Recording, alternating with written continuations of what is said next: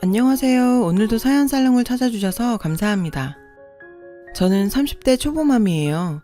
사람 팔자 시간 문제라고 하더니 그게 제 얘기가 될 줄은 몰랐어요. 결혼 전까지 저는 백화점 여성 의류 코너에서 일했어요. 거기서 지금의 남편을 만났죠. 당시 제가 일하던 샵에 손님으로 온 남편은 50대 여자분께 드릴 선물을 찾는다며 제게 대신 골라달라고 했죠. 그리고 며칠 뒤 남편이 다시 찾아왔어요. 이번엔 20대 여자 선물을 골라달라더군요. 전 여자친구 선물인가 보다 생각하며 미니 원피스를 골라줬는데 계산을 마친 남편이 원피스를 저에게 건네지 뭐예요. 이거 입고 자기랑 데이트하자더라고요. 황당했죠. 근데 솔직한 모습이 마음에 들었어요. 그래서 일단 만나보기로 했죠. 세 번째 데이트 날이었던가? 남편이랑 신촌 근처를 지나고 있었는데 외국인이 와서 길을 물어봤어요. 영어 포기자인 저는 쏘리라고 말하곤 종종 걸음을 쳤죠. 근데 뒤돌아보니까 글쎄 남편이 유창한 영어 실력으로 외국인이랑 대화를 하고 있지 뭐예요. 외국인 앞에서 주눅들지 않고 당당한 모습에 홀딱 반했어요. 알고 보니 남편은 한국어 어학당에서 외국인 학생들에게 한국어를 가르치는 강사더라고요. 어학당을 나가면서 박사과정을 밟고 있었는데 얼마 전에 논문이 패스돼서 학위를 따게 됐대요. 저희 샵에 들렀던 이유도 지도 교수님께 드릴 감사 선물을 사기 위해서였고요. 그날 이후로 남편과 전 사귀게 됐어요. 남편은 학벌도 좋고 아는 것도 많았지만 잘난 척하는 스타일은 아니었어요. 전 그런 점이 좋았고요. 최종 학벌이 실업계 고등학교 졸업인 저와는 천지 차이였지만 남편은 단 한 번도 제 앞에서 학벌을 들먹이거나 절 무시하는 일이 없었어요. 그건 지금도 마찬가지고요. 사귀고 얼마 안 돼서 시어머니 생신이었어요. 아직 정식으로 인사를 드린 적은 없었지만 그래도 남편과 제가 사귄다는 걸 알고 계시는데 그냥 모른 척할 순 없었죠. 그래서 직원 할인을 받아 유명 아웃도어 브랜드 매장에서 화사한 봄 점퍼를 사서 남편 손에 들려보냈어요. 그 일을 시작으로 남편네 집 식구들 생일이나 명절이 되면 의뢰 선물을 사서 들려보냈고요. 그런데 있죠. 남편네 집에서는 매번 제가 보낸 선물을 받으면서도 단 한 번도 고맙다는 말이 없는 거예요. 남편이 듣고 흘린 게 아닐까 생각했었는데 나중에 알고 보니 남편에 비해 학벌도 딸리고 직업도 처지는 제가 못마땅해서 그랬던 거더라고요.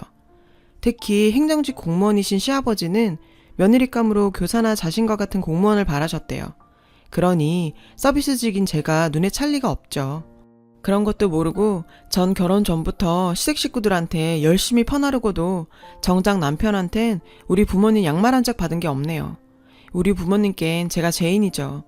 3년 정도 연애를 하고 남편과 전 슬슬 결혼 생각을 했어요. 그래서 양가 부모님께 인사를 드리고 결혼 승낙을 받기로 했죠. 그런데 남편한테 그 얘기를 들으신 시부모님께서 펄펄 뛰며 반대를 하셨대요. 제 학벌과 직업이 마음에 안 드셨다나 봐요. 예상은 했었어요. 이제까지 하시는 걸로 봐선 쉽지 않으리란 걸. 그러던 어느 날이었어요. 매장으로 시어머님이 찾아오셨죠. 카페에서 얘기를 나누는 동안 시종일관 도도하고 냉랭한 표정으로 절 깔보듯 얘기하셨어요. 실업계 고등학교를 나왔다고? 얼마나 공부를 못했으면 인문계 갈 성적도 안 됐어? 아무리 그래도 그렇지 요즘 같은 세상에 대학도 못 나왔다는 게 말이 돼? 부모님께서 대학 가란 소리도 안 하셨어? 있잖아 아가씨, 우리 집은 말이지 애 아빠부터 나 정훈이 여동생까지 전부 A대 동문이야. 우리 양쪽 집안 통틀어서 대학 졸업장 없는 사람이 없다고. 내가 그쪽이 시덥잖은 대학이라도 나왔으면 이렇게까지 화가 나진 않아. 근데 고졸? 기가 막혀 정말. 이건 뭐 죽 써서 개 주는 것도 아니고 우리 정훈이가 뭐가 모자라서 그쪽 같은 여자를 만나야 돼? 입이 있으면 말 좀 해봐. 전 그날처럼 대학 못 나온 걸 후회해 본 적이 없었어요. 사실 저도 중학교 때까지는 공부를 제법 했었어요. 하지만 어려운 집안 살림을 모른 척할 수 없었죠. 실업계 고등학교에 진학한 것도 취업 때문이었어요. 남들보다 하루라도 빨리 돈을 벌어야 했거든요.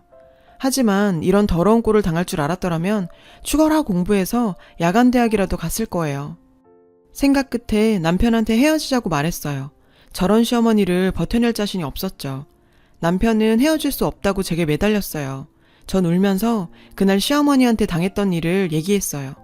남편과 헤어질 참이었으니 못할 게 뭐 있었겠어요.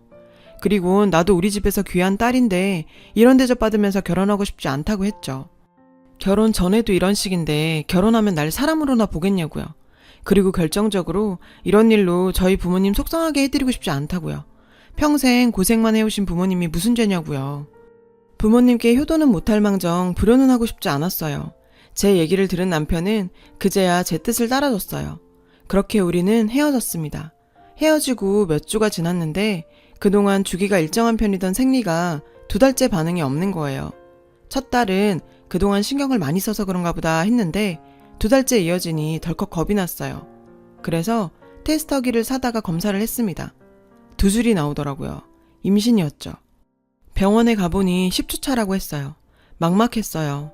어떻게 해야 할지 몰라서 병원 로비에 한참을 앉아 있었어요. 수술을 해야 하나, 남편한테 알려야 하나, 머릿속이 복잡했어요. 수술을 하면 다음날 바로 출근할 수 있을까?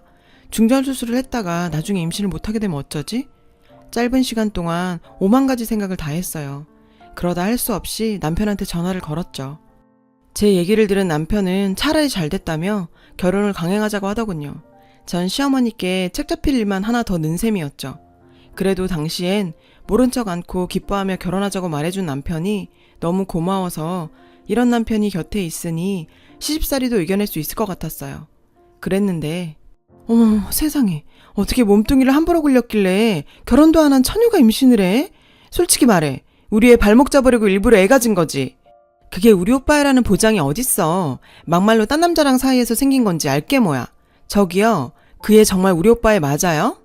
매장으로 시어머니와 시누이가 쌍으로 찾아와선 제 속을 뒤집어 놨어요. 저를 세상에 둘 다 없는 막 굴려먹은 여자 취급하면서요. 지금도 그때 일만 생각하면 주먹이 바들바들 떨려요. 생각 같아선 애는 내 힘으로 혼자 키울 테니까 둘 다 꺼지라고 말하고 싶었죠. 하지만 그럴 용기가 안 났어요. 미혼모로 산다는 게 쉬운 일은 아니니까요. 게다가 애는 또 무슨 죄예요. 그래서 전 그 수모를 감당하기로 했어요. 시어머니와 시누이는 그 후로도 몇 번을 더 찾아와 절 괴롭혔지만 제가 거기에 휘말리지 않자 지쳤는지 더 이상 오지 않더라고요. 결국 양가 부모님들은 부랴부랴 상견례 자리를 마련했고 말도 많고 탈도 많았지만 결국 우리는 결혼할 수 있었죠. 그런데 문제가 생겼어요. 남편은 신혼집 마련에 부모님께 도움을 좀 받으려 했던 모양인데 잘 안 됐나 봐요. 자기야, 사실은 내가 모아둔 돈이 얼마 안 돼서 우리 집에 들어가 살아야 할 것 같아. 미안하지만 몇 년만 참아주라. 응? 하긴 어학당 강사 생활에서 번 돈은 석사에 박사까지 버는 족족 꼬라박았을 텐데 돈이 어딨겠어요. 저라도 돈이 있으면 모를까. 할 수 없이 전세 보증금이라도 모을 때까지 시집살이를 하기로 했죠. 신혼여행에서 돌아와 시집에 처음 발을 들이던 그날 저는 알았어요. 여긴 내가 있을 곳이 아니란 걸 말이죠. 절 눈에 가시로 생각하는 시어머니와 시누이 때문만은 아니에요. 결혼 전엔 그 2사람만 잘 피하면 될 줄 알았어요. 그런데 막상 결혼해보니 복병은 따로 있었어요. 시아버지였죠. 3급 행정직 공무원이신 시아버지는 보수적이고 권위적이신 분이었어요. 안 그래도 며느리감으로 절 탐탁치 않아 하셨던 시아버지는 저와 눈도 마주치지 않으셨어요. 저를 부르실 때도 며느리나 새아가라고 불러주신 적이 없고요. 늘 어머님이나 아가씨, 남편을 통해 걔, 그애라고 부르셨죠. 그렇다고 대놓고 구박하신 것도 아니에요. 그냥 전 아버님 앞에선 투명한 인간이었어요. 결혼해서 보니 시누이는 시아버지 강요에 못 이겨 공무원 시험 준비를 하고 있더라고요. 그게 벌써 7년째래요. 아가씨는 딱 봐도 놀기 좋아하는 날라리 스타일이지 공무원 타입은 절대 아닌데 아버지 등살에 팔자에 없는 공부를 하려니 될 리가 없죠. 딱 보니 아버지 눈 속여 용돈 받아가며 공시생으로 살다가 때 되면 시집이나 갈 요량인 것 같았어요. 시어머니는 그런 딸의 속셈을 알면서도 눈 감아주는 것 같았고요. 전 임신 5개월을 넘어서자 부쩍 배가 나오기 시작했어요. 직장에 폐를 끼치는 것 같아 하는 수 없이 퇴사를 했어요. 일을 그만두자 시어머니는 기다렸다는 듯 절 도우미 부리듯 하셨어요. 작정한 듯 그동안 번거로워서 손 안 대고 있던 일들을 바리바리 꺼내선 제 앞에 내미셨죠. 임산부가 너무 몸을 안 움직여도 애 낳을 때 힘들다나요? 임신 7개월이 넘어서자 부쩍 몸이 무겁고 빈혈이 심해졌어요. 그러던 어느 날이었어요. 시누이가 전단지 한 장을 내밀더라고요. 마트 전단지였어요. 여기 사람 구하는 거 알아요? 집에서도 가깝고 파트타임도 가능하대요. 빤빤히 놀지 말고 여기라도 나가봐요. 언니가 학벌이 있기래 기술이 있기래 이런 거라도 해야지. 글쎄 저더러 일을 나가라는 거예요. 배 나온 만삭 임산부한테요. 자긴 이날 이때까지 제 손으로 10원짜리 한 장 벌어본 적 없으면서요. 근데 시어머님은 한술 더 뜨더라고요. 그럼 집안일은? 얘 나가면 집안일은 누가 해? 그러지 말고 집에서 하는 일 찾아봐라. 요즘 재택근무도 많이들 하던데. 그날 이후로 시누이랑 시어머니는 절 볼 때마다 취직 타령을 해댔어요. 생각 같아선 당장이라도 일하러 나가고 싶은 심정이었죠. 근데 제가 하는 일은 직업 특성상 사이즈가 크면 직원 채용을 안 해주거든요. 55 사이즈가 마지노선인데 지금 제 사이즈는 77이라서 이 상태로는 받아주는 데가 없을 게 뻔했죠. 남편은 제가 이런 고민을 하는지도 모르고 이번 참에 일 그만두고 태교에 힘쓰라더군요. 호랑이 속을에 절 던져놓곤 속 편한 소리를 하는데 하마터면 울음이 터질 뻔했어요. 그러던 어느 날이었어요. 남편은 어학당에서 학생들을 데리고 안동으로 답사를 간다며 아침 일찍 집을 나섰죠. 그날따라 몸이 무겁고 빈혈이 심했던 전 침대 위에서 한참을 내려오지 못했어요. 그때 시어머니께서 방으로 들어오시더니 저녁 때 아버님 손님 오실 거니까 음식 준비하기 시장 좀 봐오라시는 거예요. 전 오늘따라 몸이 무거워서 시장 보는 건 힘들 것 같다고 말씀드렸죠. 그랬더니 주방에서 그 소리를 들은 아가씨가 득달같이 달려와선 자기 엄마한테 말대꾸했다고 저한테 욕을 퍼붓지 뭐예요.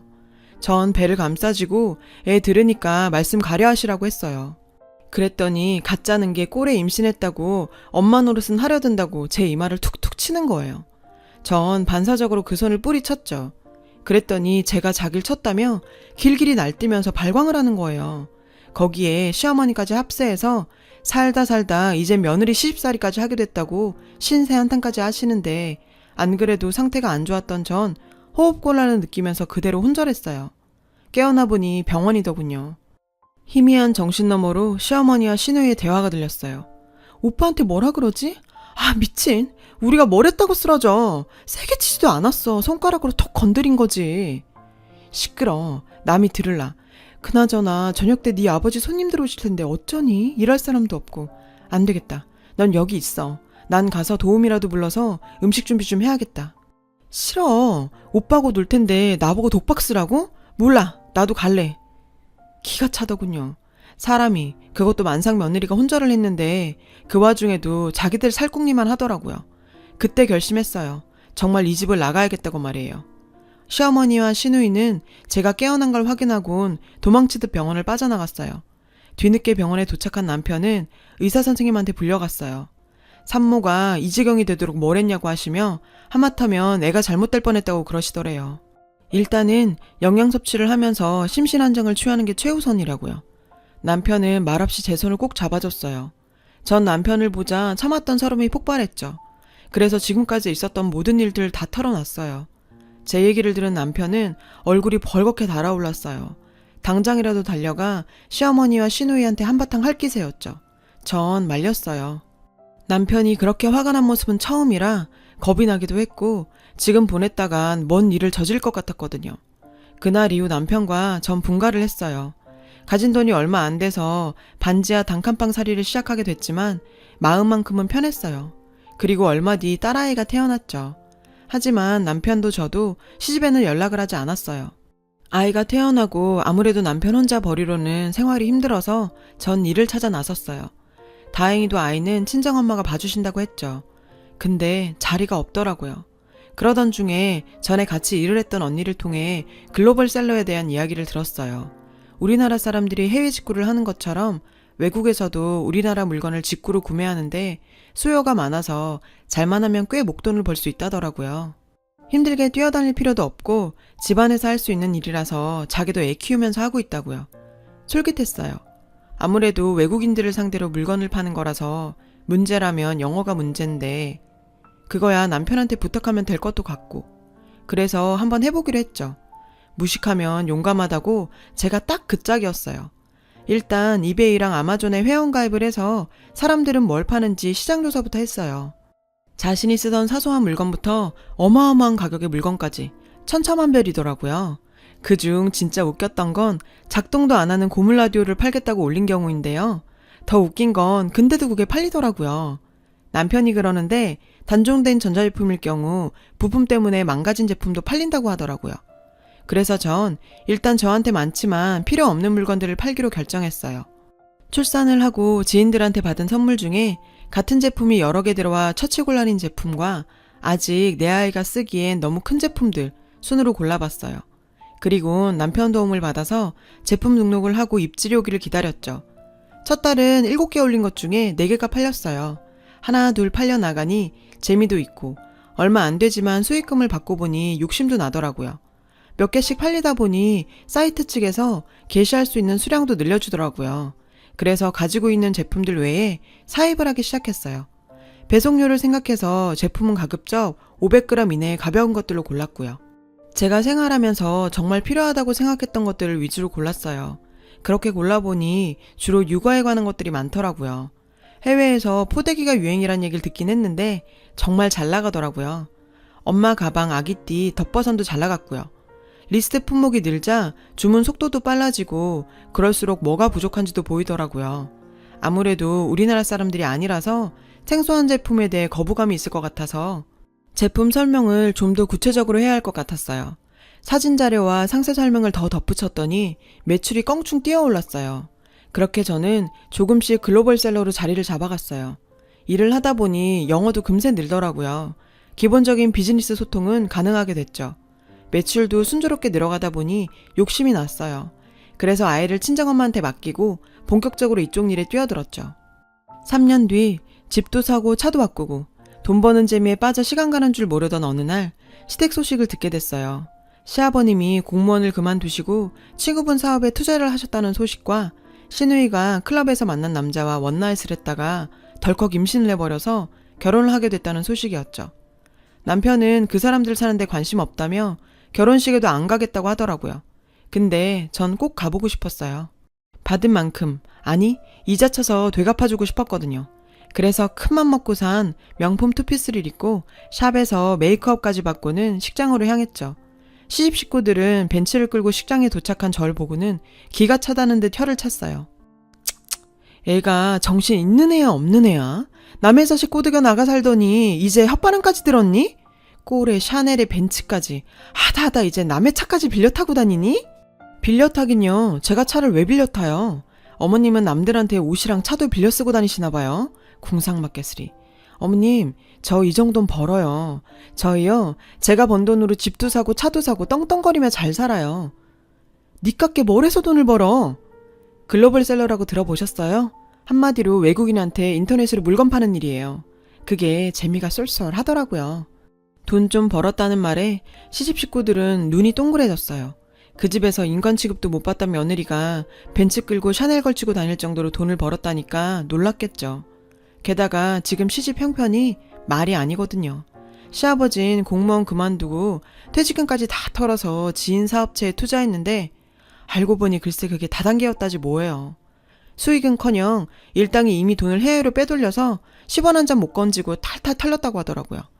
거기다 시어머니랑 시누이가 집을 담보로 빌린 돈으로 카페를 차렸다가 홀라당 말아먹고 사채까지 끌어 쓰다가 결국 집도 절도 없는 신세가 됐다나 봐요.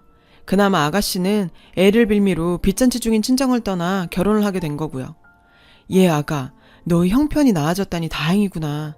그래, 지금 사는 곳은 어디니? 놀랐어요. 아버님이 처음으로 절 아가라고 불러주셨거든요.